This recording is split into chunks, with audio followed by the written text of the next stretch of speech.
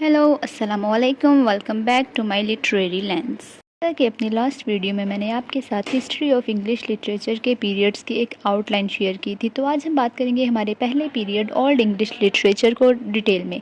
Old English literature को हम history of Anglo Saxon भी कहते हैं। एंग्लो सैक्सन पीरियड की टाइमलाइन है 5th century to 11th century.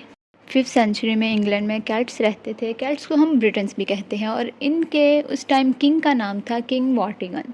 और कैल्ट्स के साथ साथ इंग्लैंड में उस टाइम रिहाइश पजीर थे रोमन्स, जिसके किंग का नाम था किंग हनोरियस। और ये रोमन्स तो जो थे लैटिन लैंग्वेज बोलते थे। और उस टाइम पे इंग्लैंड पे पिक्ट्स और स्कॉटी के बहुत हमले होते थे।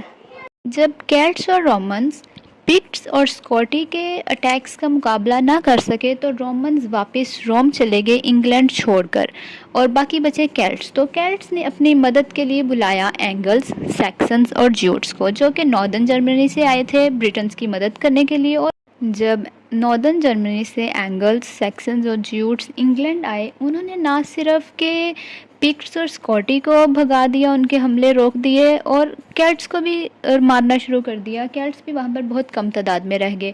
तो आहिस्ता आहिस्ता एंगल, सैक्सन्स और ज्यूट्स का पूरे इंग्लैंड पर कब्ज़ा होने लगा। इस तरह पूरे इंग्लैंड पर एंगल, सैक्सन्स और ज्यूट्स का कब्ज़ा हो गया। कैल्ट्स भी थे वहाँ पर, लेकिन बहुत ही कम तादाद में। तो इंग्लैंड पूरा इनमें डिस्ट्रीब्यूट हो गया। एंगल्स जो थे, जो सबसे ज़्यादा तादाद में थे, उनको इंग्लैंड का जो हिस्सा आया वो था east Anglia, middle Anglia, Mercia and Northumbria. इसके अलावा जो सैक्सन्स थे उनके पास एसेक्स, सेसेक्स, वासेक्स वाले एरियाज़ आए, और ज्यूट्स के पास जस्ट कैंट का एरिया आया। इस तरह जब इंग्लैंड पर एंगल, सैक्सन्स और ज्यूट्स रहना शुरू हो गए, तो ज्यूट्स हालांकि कम तादाद में थे, तो ज्यूट्स को कोई इतना पावरफुल एरिया नहीं मिला, ना उनकी कोई इतनी ज़्यादा हुकूमत थी। तो ये हमारा जो पीरियड है ये एंग्लो सैक्सन्स के नाम से जाना जाने लगा, एंगल्स और सैक्सन्स की वजह से। ठीक है। और इस टाइम इन पर जो हुकूमत कर रहा था वो था एल्फ्रेड द किंग। हालांकि देखा जाए तो एल्फ्रेड द किंग इतना कोई पावरफुल इंसान नहीं था कि वो एक राजा बन सकता, लेकिन उसकी जो कंट्रीब्यूशन थी उस टाइम पे वो बहुत बहुत ज़्यादा थी। तो वैसे तो ये पूरे एंग्लो सैक्सन्स पे हुकूमत कर रहा था एल्फ्रेड द किंग, लेकिन स्पेसिफिकली इसके अंडर जो एरिया था वो था वैक्सेस का। सैक्सन्स का जो पावरफुल एरिया था वैक्सेस, उस पर एल्फ्रेड हुकूमत कर रहा था। और इसकी कंट्रीब्यूशन ये थी कि इसने एंग्लो सैक्सन्स के जो तमाम क्रॉनिकल्स थे ना, उसको एक साथ कलेक्ट किया था। यहाँ मैं आपको बताती जाऊँ क्रॉनिकल्स किसे कहते हैं। क्रॉनिकल्स होते हैं historical events arranged in order of time. मतलब कि एंग्लो सैक्सन्स के टाइम के जितने भी इवेंट्स थे, मतलब कि उनका पिक्ट्स और स्कॉटी के हमले, फिर एंगल सैक्सन्स का आना, और फिर उनकी इंग्लैंड पे कब्ज़ा करना, ये जो सब इवेंट्स थे ना, इनको टाइम के साथ एक ऑर्डर के साथ उसको अरेंज करना, इसको कहते हैं क्रॉनिकल्स। तो इसने एल्फ्रेड द किंग ने तमाम क्रॉनिकल्स को एक साथ जमा किया था। इसने लिटरेचर पे बहुत ज़्यादा ध्यान दिया था, और इसके जो टाइम पे था ना, वो इंग्लिश लर्निंग इंक्रीज़ की थी स्कूल्स में, कॉलेजेस में, और तमाम इस तरह के ऑफिसेज में, इंस्टीट्यूशंस में इंग्लिश को प्रोग्रेशन मिली थी और इंग्लिश बोलना शुरू की थी लोगों ने। और इसकी जो सबसे इम्पोर्टेंट कंट्रीब्यूशन थी, हम वो कह सकते हैं कि थी, इसने लैटिन लैंग्वेज को ओल्ड इंग्लिश लैंग्वेज में ट्रांसलेट किया था। ये इसकी कुछ खास खूबियाँ थी। और आज के रिसेंट टाइम में हमें एंग्लो सैक्सन पीरियड के बारे में जो भी इंफॉर्मेशन मिल रही है वो हमें मिल रही है the ecclesiastical history of the English nation नाम की एक किताब में से, जो कि लिखी है सेंट बेर्ड ने। दोस्तों, अब हम बात कर लेते हैं history of Anglo Saxon period के इम्पोर्टेंट वर्क्स की। तो देखा जाए तो बेowulf सबसे इम्पोर्टेंट वर्क है उस टाइम का, जो कि 700 से लेके 750 AD के दरमियान कंपोज हुआ था। और उसका जो राइटर है वह अननोन है। हमें उसके राइटर के बारे में कुछ खबर नहीं है कि ये पोइम किसने लिखी थी, क्यों लिखी थी। ठीक है। तो ये पोइम 3000 लाइन्स पे कंसिडर करती है, और ये पोइम एलिट्रेशन में लिखी गई है। एलिट्रेशन का मतलब होता है रेपिटेशन ऑफ वर्ड्स। तो ये पोइम उस टाइम की सबसे लॉन्गेस्ट पोइम है और हीरोइक पोइम लिखी मानी जाती है। ठीक है। और आजकल के रिसेंट टाइम में ये पोइम इंग्लैंड की नेशनल एपिक पोइम के नाम से जानी जाती है। और दूसरा अहम वर्क है उस टाइम का डायोर। ये भी एक पोइम है जो कि 42 लाइंस पे है और एलिट्रेशन में लिखी गई है। सेम एज़ बेowulf की तरह हमें इसके राइटर के बारे में भी कुछ खबर नहीं है, लेकिन ये पाई जाती है कलेक्शन ऑफ एक्सीटर बुक में, और एक्सीटर बुक हमारा एक मैनोस्क्रिप्ट है। टाइम में बेवुल्फ और डेयोर के अलावा भी बहुत सारी पोइम्स लिखी गई थी, जैसा कि the wanderer, the seafarer, the battle of Maldon, the dream of the rood. लेकिन बेवुल्फ और डेयोर बहुत ज़्यादा इंपॉर्टेंट पोइम्स थी, तो इसके लिए हमने इसको थोड़ा सा एक्सप्लेन किया है। बाकियों के नाम मैं आपके साथ शेयर कर रही हूँ।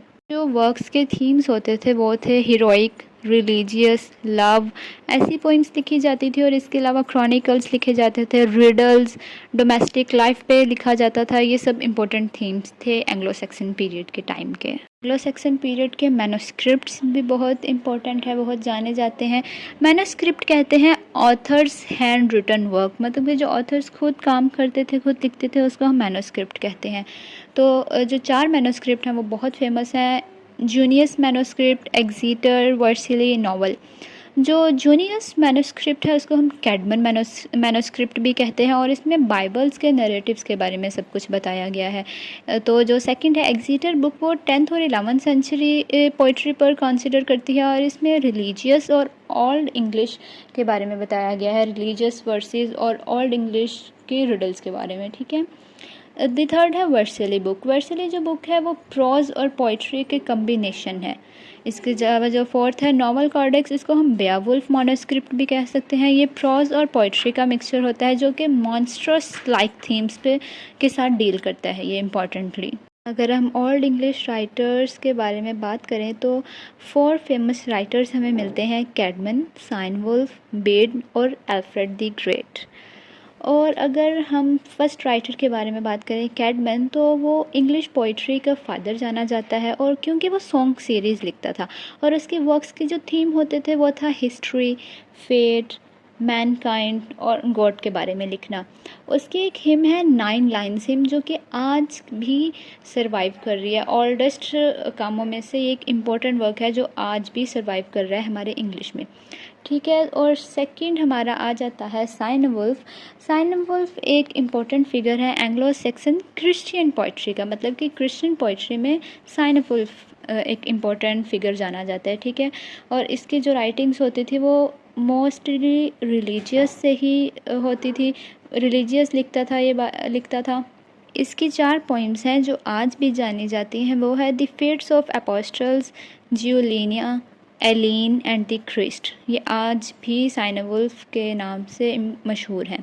और तीसरा हमारा राइटर आ जाता है बीड, जिसको हम सेंट बीड भी कहते हैं। ये एक इंग्लिश मॉन्क है, ऑथर है, स्कॉलर है, जो कि फादर ऑफ इंग्लिश हिस्ट्री जाना जाता है। किस बेस पर?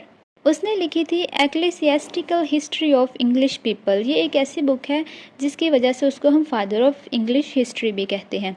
और नेक्स्ट हमारा आ जाता है Alfred the Great. Alfred the Great king of Wessex था, जैसे कि मैं आपको पहले भी बता चुकी हूँ, जिसने लिटरेचर पर बहुत काम किया था। उसने एंग्लो सैक्सन्स के क्रॉनिकल्स जमा किए थे, और उसने लैटिन लैंग्वेज को ओल्ड इंग्लिश लैंग्वेज में ट्रांसलेट किया था, ठीक है। तो ये हो गए हमारे famous writers old English period के और एंग्लो सैक्सन पीरियड के। और अब हम बात करते हैं कि एंग्लो सैक्सन किस तरह एंड हुआ और नेक्स्ट पीरियड किस तरह स्टार्ट हुआ। तो 11th सेंचुरी में एग्जैक्टली 1066 AD में एंग्लो सैक्सन्स पर किंग हैरोल्ड गॉडविंसन हुकूमत कर रहा था, और उस टाइम फ्रांस में किंग था किंग विलियम। किंग विलियम ने अपने 7000 सोल्जर्स और 700 नॉर्मन शिप्स के साथ अटैक कर दिया इंग्लैंड पर, और इस तरह इन दोनों के दरमियान जंग हुई, जिसको हम बैटल ऑफ हेस्टिंग्स के नाम से जानते हैं। तो इन दोनों के दरमियान जंग में किंग विलियम जीत गया, और इसको हम फिर कहते हैं विलियम द कन्क्वेरर। तो इस तरह इंग्लैंड पर एंग्लो सैक्सन पीरियड का खात्मा होता है, और किंग विलियम के साथ साथ शुरू होता है नॉर्मन पीरियड। तो नॉर्मन्स के आते ही ये वहाँ पर ओल्ड इंग्लिश लिटरेचर थी वो बंद कर दी गई थी पढ़ाना स्कूल्स में और इंस्टीट्यूट्स में, और इसको आम इस्तेमाल करने के लिए। लेकिन ये स्टडी अंडर स्टडी थी स्कॉलर्स के 14th सेंचुरी तक स्कॉलर्स ने इसको बड़े अच्छे से स्टडी किया था। और आज की जो हमारी मॉडर्न इंग्लिश है ये सबसे ज़्यादा इन्फ्लुएंस है सबसे first language old English language से। तो इस तरह हमारा होता है एंग्लो सैक्सन पीरियड का एक प्रॉपर एंड। तो आज के लिए इतना ही। I will come with my next video very soon इंशाल्लाह। Thank you for watching. Not forget to like, share and subscribe. Bye bye. अल्लाह हाफिज़।